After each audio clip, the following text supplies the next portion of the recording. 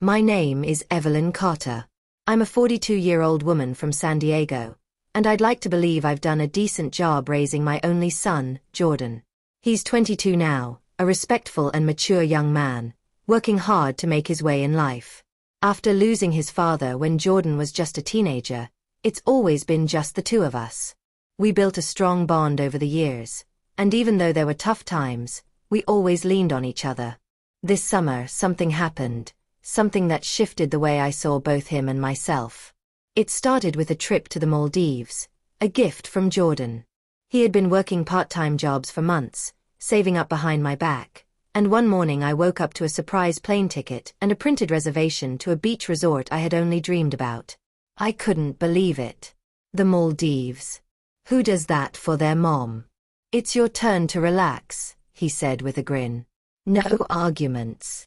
We flew out the next week, and everything felt surreal. The flight, the seaplane that dropped us off at our resort, and the sight of turquoise water stretching out in all directions. It was like stepping into a screensaver. We checked into a beachside villa with a private deck that opened directly to the ocean. I stood there for nearly 10 minutes, soaking in the view. The air was warm and scented with salt and plumeria. I could barely hold back the tears. I've never been anywhere this beautiful, I said. You deserve it, Mom, Jordan replied, and for a moment I saw not the little boy I raised, but a confident man beaming with pride. That evening, after a delicious seafood dinner under lanterns by the beach, we returned to the villa.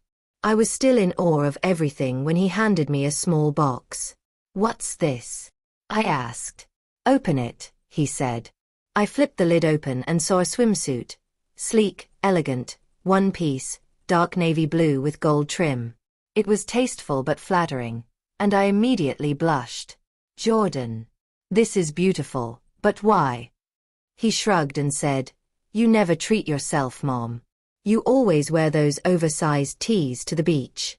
I just thought, you should feel beautiful too. I was stunned.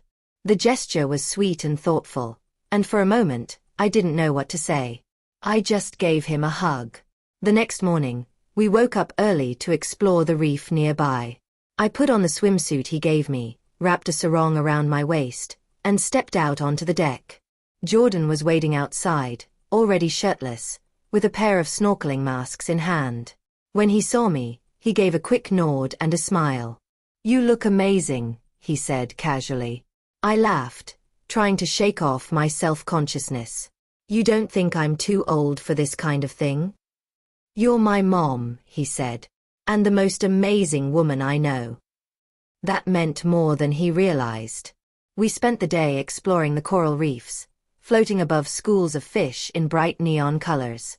Jordan was laughing, chasing after sea turtles, and pointing out stingrays like an excited kid. Seeing him so alive and light-hearted melted my heart. I hadn't seen him this relaxed in years. Maybe never.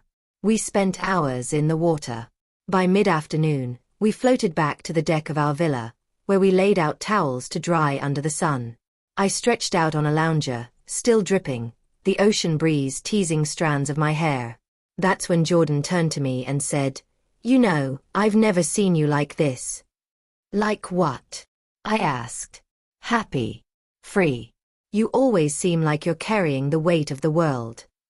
I looked at him and realized he was right. I'd spent so long being the strong one, the provider, the mom who held it all together. Somewhere along the way, I'd forgotten to just breathe. I didn't think I needed this, I said. But maybe I really did. He smiled. That's what this whole trip is about. The next few days were magic. We swam in hidden lagoons, went paddleboarding at sunrise, and even took a local cooking class. I wore the swimsuit again and again, growing more confident in it each time. I couldn't believe how much that one piece of clothing changed how I saw myself. It was like putting on a new skin, one that allowed me to step outside the mother role for just a moment and remember I was also a woman. One night, after a boat ride back from a sunset excursion, we sat by the edge of the deck, feet dangling over the water. The sky was painted in pinks and oranges, and the stars had just started to peek out. Jordan broke the silence. You know, this trip wasn't just about you, Mom. I turned to him. It was for me too. I've been thinking a lot about life, about what matters. And I realized I needed to reconnect with you. I needed to know that you're happy. Not just alive.